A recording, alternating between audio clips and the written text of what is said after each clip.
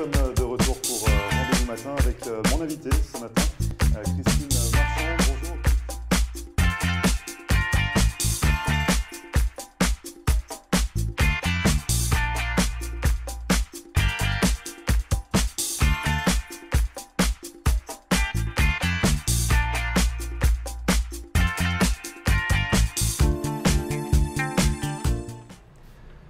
Bonjour à tous, bienvenue, merci de regarder Rendez-vous Matin. Nous sommes le vendredi 21 juillet et aujourd'hui nous allons vous conseiller si vous souhaitez protéger votre marque. Sur le plateau me rejoindra dans un instant Isabelle Young qui est avocate spécialiste de la propriété intellectuelle et plus spécifiquement pour le droit des marques et pour le droit d'auteur. Elle viendra nous donner tous ses conseils. Ne bougez pas, on revient juste après ça.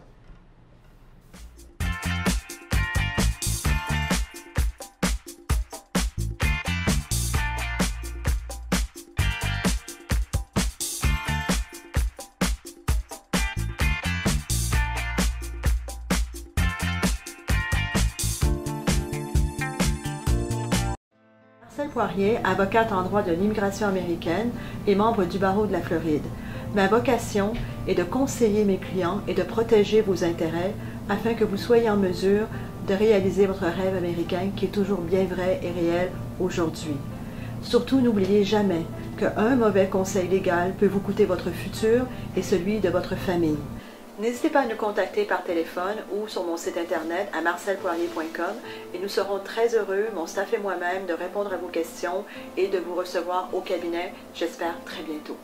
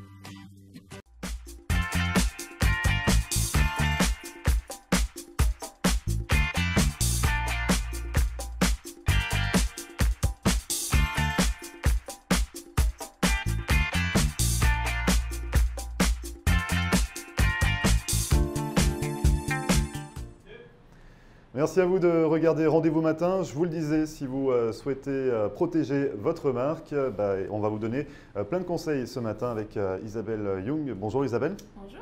Alors vous êtes avocate spécialiste de la propriété intellectuelle, plus spécifiquement du droit d'auteur et du droit des marques. Oui, exactement. C'est ça. Oui. Donc avant de rentrer dans le vif du sujet, est-ce que vous pouvez nous préciser qu'est-ce que la propriété intellectuelle finalement ?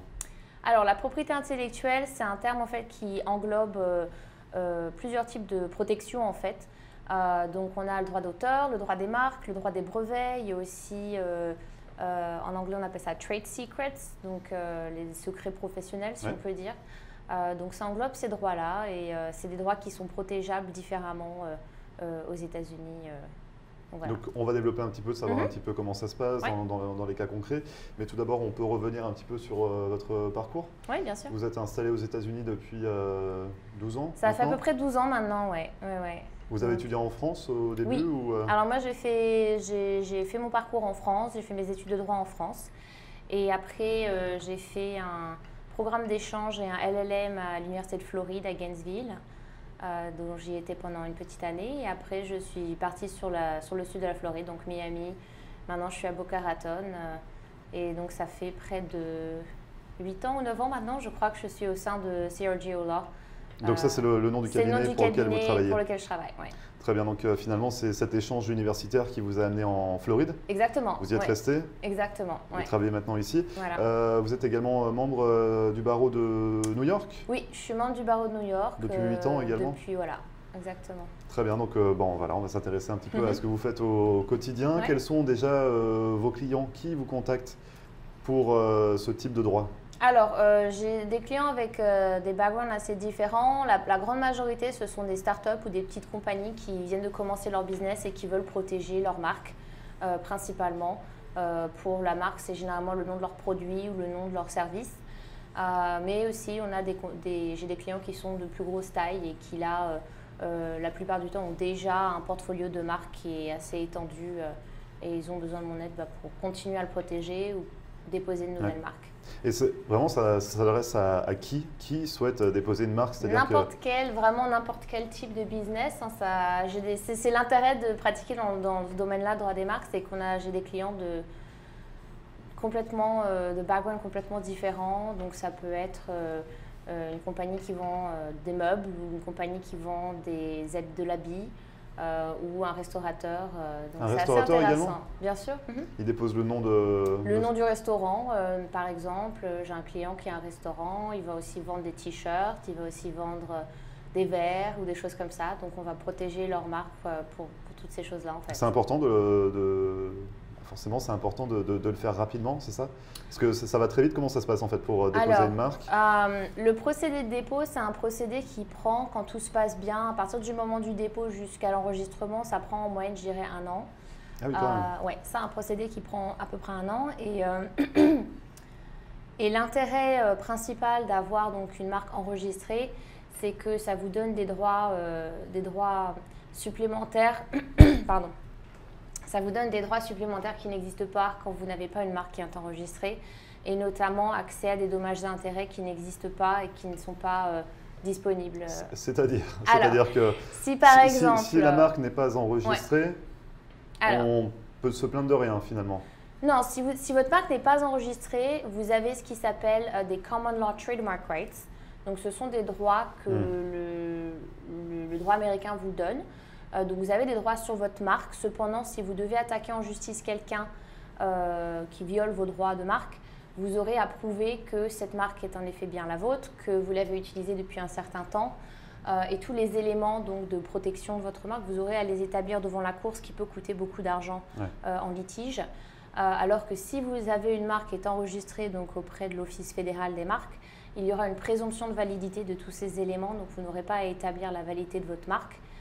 Donc un gain de temps. Exactement, un gain de temps, un gain d'argent. Ouais. Et après, il y a des droits supplémentaires qui sont attachés à cet enregistrement, notamment des dommages et intérêts qui sont créés par la loi pour les détenteurs d'une marque enregistrée, qui ne sont pas disponibles pour une personne qui n'a pas de marque enregistrée. Donc on parlera des litiges un peu plus tard, parce que Bien forcément c'est aussi un cas de figure qu'il faut prendre en compte. Ouais. Pour le dépôt, vraiment pour le dépôt d'une marque, donc vous le dites, ça prend 1 an généralement, du moment où on a l'idée. Oui. Est-ce que c'est coûteux? Qu'est-ce qu'il faut rassembler comme document? Ça se passe comment pour déposer une marque? Alors, donc généralement, les clients viennent me voir, me disent voilà la marque que je veux protéger. Donc la première chose, c'est qu'on essaie de regarder si la marque est disponible. Donc on fait une recherche généralement de l'Office des marques. Il y a un système sur le site internet en fait, de l'Office pour essayer de voir s'il y a des marques similaires. Il n'y a qu'un endroit où les marques se trouvent. Voilà, on ne peut pas déposer une marque dans un pays et qu'elle ne peut pas être disponible dans un autre pays en fait. Non. C'est mondial. Alors voilà, le système de dépôt de droit des marques, c'est un système territorial. Donc chaque pays en fait a sa propre office des marques. Donc si vous voulez protéger votre marque aux États-Unis, il faut déposer sur les États-Unis. Si vous voulez la protéger en France… Ah c'est ça, donc finalement si je dépose aux États-Unis, elle sera protégée qu'aux États-Unis. Qu'aux États-Unis. Donc si vous voulez déposer en France ou dans d'autres pays dans le monde, il faudra faire les dépôts dans chacun de ces pays. Et chaque pays a des règles différentes pour l'enregistrement d'une marque, par exemple. Donc nous, je travaille avec une grande majorité, je travaille avec beaucoup de cabinets d'avocats dans le monde entier, en fait, qui m'assistent et assistent mes clients à faire donc des dépôts dans chacun de ces pays. C'est-à-dire qu'en fait, il faut anticiper notre développement, parce que si on est aux États-Unis, qu'on dépose aux États-Unis, il faudrait penser à déposer en France, en Australie, ou je ne sais dans quel autre pays, si on souhaite vraiment s'étendre par la suite. Mais si on n'a pas l'idée dès le début, ça se passe comment? Il n'y a pas moyen généralement, moi je dis aux clients que à partir donc généralement je leur recommande donc, de déposer bien sûr aux États-Unis, surtout s'ils commencent leur business aux États-Unis. Et après, essayez de déterminer dans quel pays, surtout s'ils vendent des produits, c'est plus simple, d'essayer de déterminer dans quel pays ils vont continuer à vendre leurs produits en priorité, si vous voulez. Et aussi, il y a des règles, notamment, il y a une règle qui vous permet de faire un dépôt dans les 6 mois de la date de votre dépôt américain. Donc, si vous faites un dépôt dans les 6 mois de cette date, à l'étranger, vous avez le droit de faire comment dire en français, une revendication de cette date de dépôt à l'étranger. Donc, si par exemple vous déposez aux États-Unis aujourd'hui, vous avez 6 mois pour faire votre dépôt en France, par exemple. Et si vous restez dans ces 6 mois, quand vous ferez votre dépôt en France, votre date de dépôt en France sera la date de dépôt américaine. Ah d'accord. Donc, relate back, ça va. Je sais pas. Il n'y aura pas de carence en fait. C'est juste que voilà, on va se baser sur la première date de dépôt. Exactement. D'accord. Donc ça, c'est une façon, quand par exemple vous ne savez pas vraiment dans quel pays vous voulez déposer dès le début, ça vous permet en fait dans un sens d'avoir cette date de dépôt originelle. Le problème que je me posais, c'est finalement si on dépose un nom aux États-Unis, on a moyen de vérifier dans les autres pays si ce nom existe déjà. Est-ce qu'on a un moyen rapide Oui, alors il n'y a pas de moyen rapide. Soit il y a plusieurs options. L'option la plus simple, si on peut dire, c'est d'utiliser, il y a pas mal de compagnies, si vous voulez, que nous on utilise en tant qu'agent de recherche en fait. Et ils nous permettent de déterminer si une marque, par exemple, est protégeable donc sur les États-Unis et s'il y a eu des dépôts d'une marque similaire dans les pays étrangers. Mais ce n'est pas un système qui est rapide et c'est généralement assez coûteux de faire ce genre de recherche. Et justement, en parlant de coûts, ça coûte combien de déposer une marque?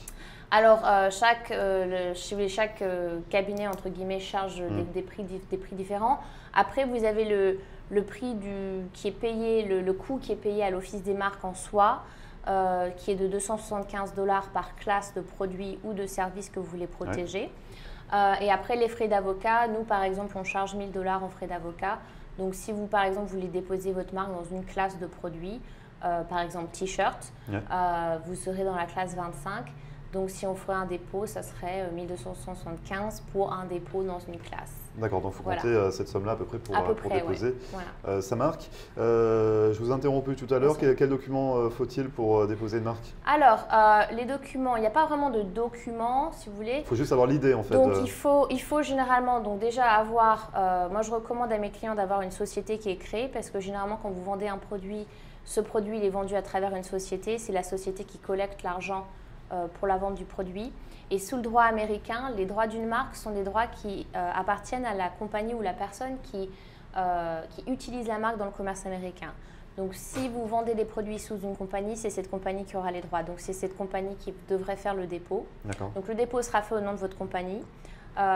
Et notamment, c'est généralement pas recommandé de faire un dépôt au nom d'une personne à son nom individuel parce que généralement, ce n'est pas vous en tant que personne individuelle qui vendez les produits, c'est généralement votre compagnie qui le fait.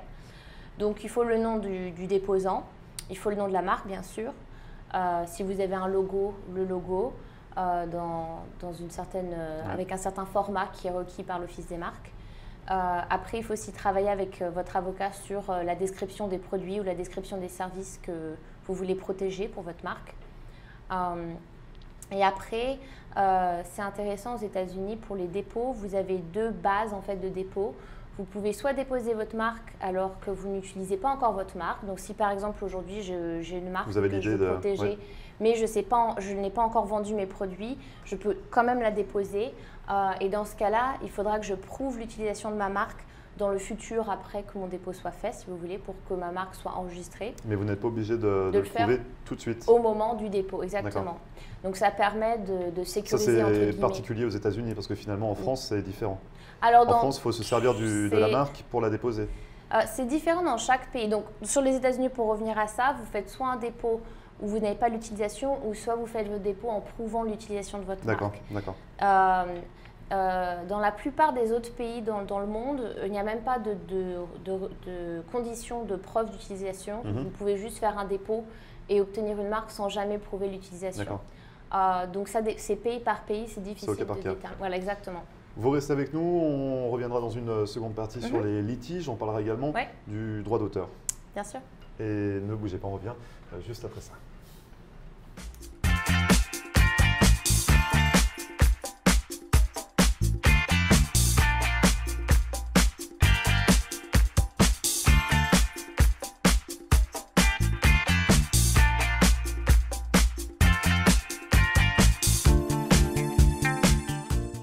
Le lycée franco-américain de Cooper City organise ses camps d'été à partir du 12 juin jusqu'au 4 août. Vos enfants âgés de 4 à 12 ans pourront ainsi bénéficier de nombreux ateliers, de la création théâtrale, de la danse, du jardinage, des cours de cuisine, de la gymnastique, de la pêche ou encore des activités aquatiques.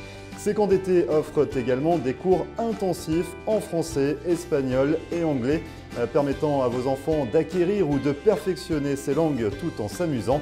Pour plus d'informations et pour toute souscription, contactez le lycée franco-américain de Cooper City par téléphone au 954 237 0356 ou sur internet www.lycéefrancoam.org.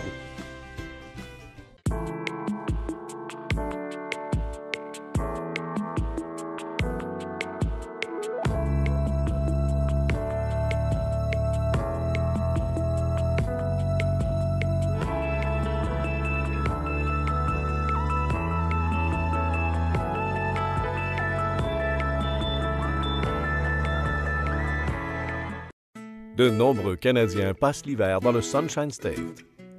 Le mouvement des Caisses des Jardins a été la première institution québécoise à s'établir en Floride. Depuis 1992, Desjardins Bank fait partie de la communauté canadienne en Floride. Notre mission première est de fournir une offre de services renouvelée, adaptée aux besoins évolutifs de ses clients. Faire affaire avec Desjardins Bank en français, c'est simple et rassurant. Vous pouvez compter sur nos succursales de Hallandale Beach, Pompano Beach, Lauderhill et maintenant Boynton Beach.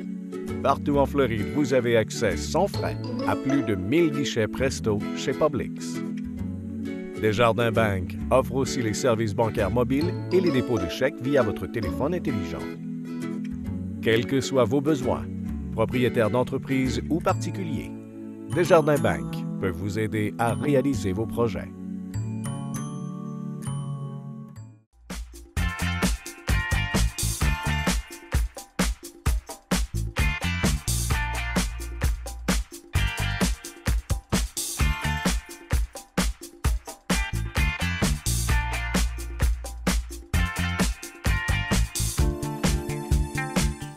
Merci de regarder Rendez-vous matin. Nous sommes de retour avec Isabelle Young, qui est avocate spécialiste de la propriété intellectuelle et spécifiquement sur droit des marques et droit d'auteur. Et dans cette première partie, nous parlions du droit des marques. Oui. Donc j'ai une question également, savoir un petit peu s'il y a d'autres frais. On parlait de 1 000 $ de frais d'avocat, on parle de 200, 300 $ pour déposer sa marque. Est-ce qu'il y a d'autres frais cachés? Est-ce qu'il y a d'autres frais anticipés parfois? Alors, il y a d'autres frais qui peuvent arriver dans le dépôt, donc dans la vie, si vous voulez, d'un dépôt de marque. Donc après que le dépôt soit fait, il y a à peu près 3 à 4 mois où rien ne se passe vraiment. Et après, votre dépôt est examiné par un examinateur à l'Office des marques. Et cet examinateur peut donner un rejet, si vous voulez, du dépôt. Et il peut rejeter la marque? Il peut rejeter la marque. Donc, pourquoi? À quel niveau ça bloque? Donc il y a plusieurs types de rejets. Il y a des rejets sur la forme. Par exemple, l'examinateur n'aime pas la description des produits qu'on a donnés, considère qu'elle n'est pas assez spécifique, par exemple. Donc ça, c'est des rejets assez simples à gérer. Ce n'est pas un problème. Et après, on peut avoir des rejets plus sur le fond. Et là, ça devient plus difficile. C'est par exemple lorsque l'examinateur trouve d'autres marques qui sont similaires à votre marque. Et dans ce cas-là, il faudra faire des arguments juridiques pour expliquer les différences entre les deux marques et pourquoi votre marque devrait être enregistrée. Donc là, c'est un petit peu plus compliqué quand même. Donc là, c'est plus compliqué. Voilà. Nous, par exemple, quand moi je reçois un rejet pour mes clients, je regarde le rejet, je leur dis voilà le type de rejet qu'on a reçu, voilà le coût pour répondre. Et bien sûr, si on a un rejet qui est assez mauvais, entre guillemets, recommander des fois de ne même pas répondre et ne pas, si vous voulez, perdre… il vaut mieux refaire une autre demande si vous recevez un rejet qui cite d'autres marques et les marques sont vraiment on point, si on peut dire, c'est très difficile à la limite, si vous voulez, de défendre le dossier. De défendre votre dossier. Non, allez-y. Oui, excusez-moi. Donc je disais, donc vous avez ce type de frais qui peuvent être engendrés.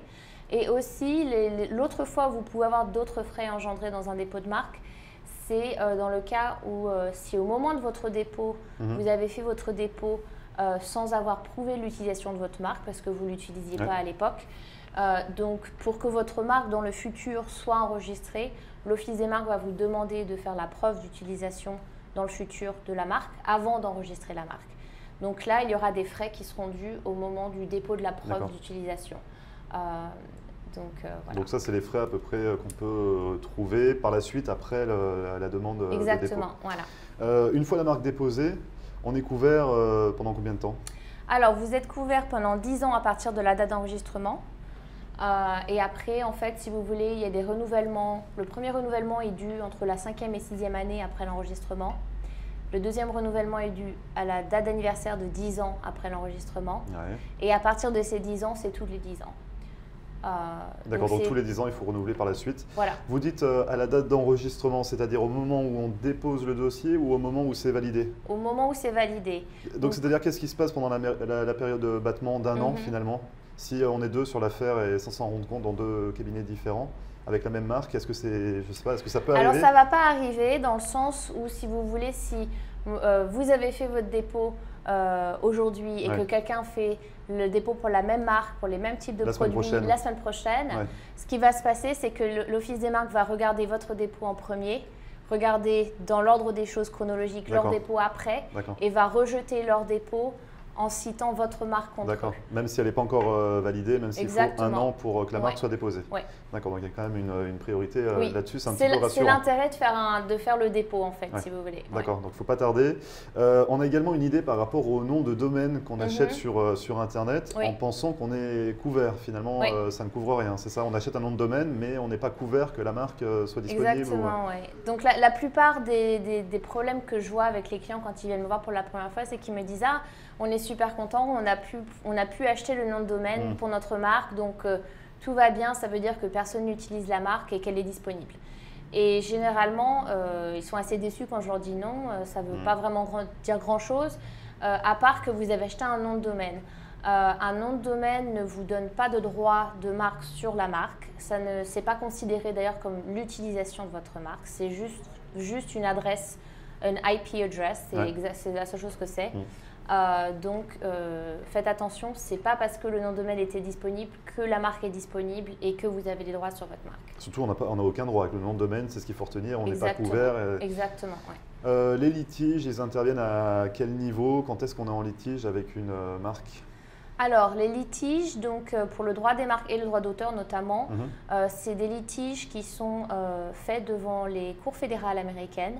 Donc, on n'est pas au niveau des cours d'État, on est au niveau des cours fédérales. C'est des litiges qui peuvent durer très longtemps et qui sont très coûteux. Moi, je dis généralement à mes clients, on regarde à peu près $250 000 en frais d'avocat juste pour arriver au trial. Donc, et encore, et après, il faut encore Et après, il y a payer. encore le trial si vous arrivez à ce niveau-là. Donc, c'est très coûteux. Et donc, on essaye généralement de recommander aux clients, si c'est eux qui reçoivent une lettre qu'on appelle des cease and desist letters, d'essayer d'éviter le litige au maximum parce que ça peut ruiner un business complètement. Et quand est-ce qu'on tombe en litige en fait finalement? Qu'est-ce qu'il faut faire pour éviter les litiges? Pour éviter, c'est difficile. Après, quand vous adoptez donc votre marque, au tout début, quand vous choisissez votre marque, pour entre guillemets éviter un litige, vous pouvez faire des recherches, si vous voulez, de votre marque pour voir si quelqu'un d'autre utilise déjà cette marque ou a déjà déposé cette marque. C'est une bonne façon, si vous voulez, d'éviter les risques de litige dans le futur. Parce qu'on peut déposer une marque qui a déjà été déposée? Non. Alors, vous ne pourrez pas déposer une marque qui a déjà été déposée, mais vous pouvez déposer une marque qui est déjà utilisée par quelqu'un, mais que cette personne n'a jamais déposée. D'accord. Et là, si elle arrive à prouver qu'elle est plus ancienne que moi, même si ma marque est déposée, mais qu'elle est plus récente que la sienne, il pourrait remporter le procès de litige. Bien sûr. Donc la règle, il y a une dichotomie à chaque fois entre ce qui se passe dans l'office des marques et ce qui se passe dans la vraie vie. Et je dis ça à mes clients, généralement, c'est assez déprimant quand on entend ça. Mais la réalité, c'est que l'office des marques, quand vous faites votre dépôt, ne regarde que ce qu'il y a au sein de l'office des marques. Mais il y a beaucoup de compagnies qui utilisent des marques et qui ne font jamais de dépôt. Et ce qui compte devant une cour de droit, c'est qui a utilisé la marque en premier. C'est ce que vous disiez tout à l'heure. Donc voilà. Donc on reste devant ce problème-là. Au niveau des droits d'auteur, Est-ce que c'est semblable au droit des marques ou il y a des particularités? Alors, le droit d'auteur, donc les dépôts de droit d'auteur, c'est très différent du système de dépôt du droit des marques. Donc déjà, les droits d'auteur, ce sont des droits qui protègent généralement les créations artistiques. On parle de texte? Donc de texte, vous pouvez protéger des photos, des livres, des dessins, ce genre de choses. Et là, on protège uniquement, si vous voulez, l'œuvre de quelqu'un. Ce sont des droits qui appartiennent notamment à l'auteur de l'œuvre. Donc ça, c'est une des règles de base. Après, une chose intéressante à savoir aussi, c'est si vous créez une œuvre dans le cadre de votre emploi et que vous êtes employé par une compagnie, les droits d'auteur de ce que vous avez créé vont automatiquement être la propriété de la compagnie, même si c'est vous l'auteur. Après, le système de dépôt, c'est un système qui est assez différent. C'est un système qui se fait donc devant l'Office fédéral des copyrights, donc des droits d'auteur. Mais il n'y a pas vraiment d'examination à l'opposé de l'Office des marques. Vous faites votre dépôt et généralement, dans les 6 mois à 1 an, vous recevez votre enregistrement. Mais il n'y a pas vraiment de revue pour déterminer si votre dépôt est valable ou quoi. Sauf si vous essayez de déposer quelque chose qui n'est pas protégeable par le droit d'auteur. Dans ce cas-là, vous recevrez un rejet. Comme quoi, par exemple? Comme quoi, par exemple, une chose qui est assez difficile, c'est dans l'habillement. Par exemple, si vous voulez protéger la forme, par exemple, d'un t-shirt ou d'un habillement, peu importe, le droit d'auteur ne protège pas la forme, va protéger uniquement les aspects ornementaux de votre produit. Mais il faut que vous pouvez prouver la différence entre les aspects fonctionnels et les aspects ornementaux. Et c'est assez difficile très pointu sur un produit comme ça. Donc il y a certaines choses qui ne sont pas protégeables par le droit d'auteur. Donc si vous essayez de faire un dépôt pour ça, vous recevrez un rejet. Mais c'est assez rare quand même. Parce que pour le coup, quand vous embauchez un avocat, on vous dira dès le début, ça ne va pas être protégeable. Donc ça ne sert à rien de faire le dépôt. J'ai une question également pour la durée en fait, du droit d'auteur.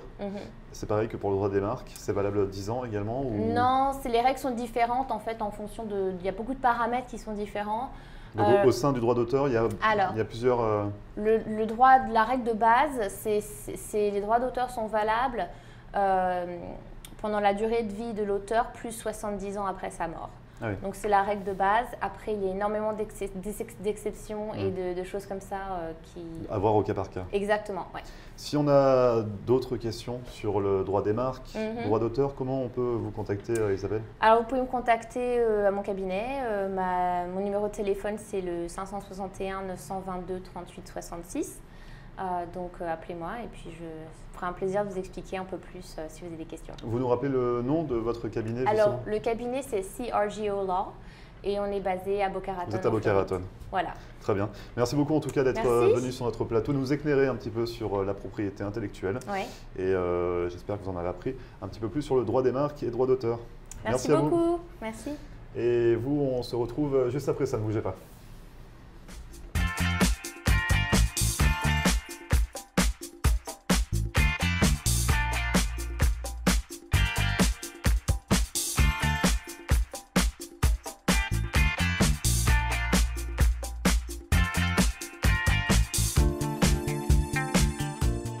Le mouvement des Caisses des Jardins a été la première institution québécoise à s'établir en Floride, et ce, dès 1992. Vous pouvez compter sur nos 4 succursales et vous avez accès sans frais à plus de 1000 guichets Presto. Desjardins Bank offre un service bancaire mobile et le dépôt de chèques via téléphone intelligent. Quels que soient vos besoins, Desjardins Bank peut vous aider à réaliser vos projets en Floride. Faire affaire avec Desjardins Bank en français, c'est simple et rassurant. Marcel Poirier, avocate en droit de l'immigration américaine et membre du barreau de la Floride. Ma vocation est de conseiller mes clients et de protéger vos intérêts afin que vous soyez en mesure de réaliser votre rêve américain qui est toujours bien vrai et réel aujourd'hui. Surtout, n'oubliez jamais qu'un mauvais conseil légal peut vous coûter votre futur et celui de votre famille. N'hésitez pas à nous contacter par téléphone ou sur mon site internet à marcelpoirier.com et nous serons très heureux, mon staff et moi-même, de répondre à vos questions et de vous recevoir au cabinet, j'espère très bientôt.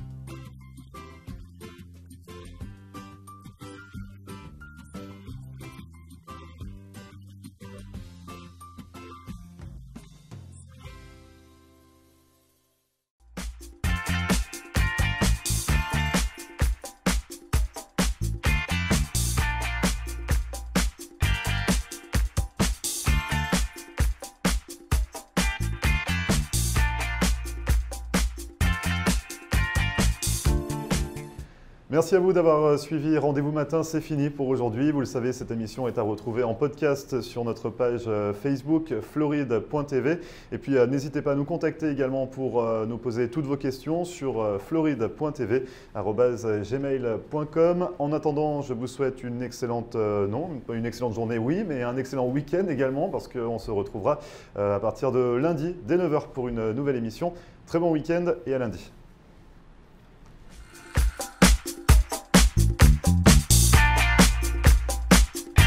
Nous sommes de retour pour Rendez-vous Matin avec mon invité ce matin, Christine Marchand.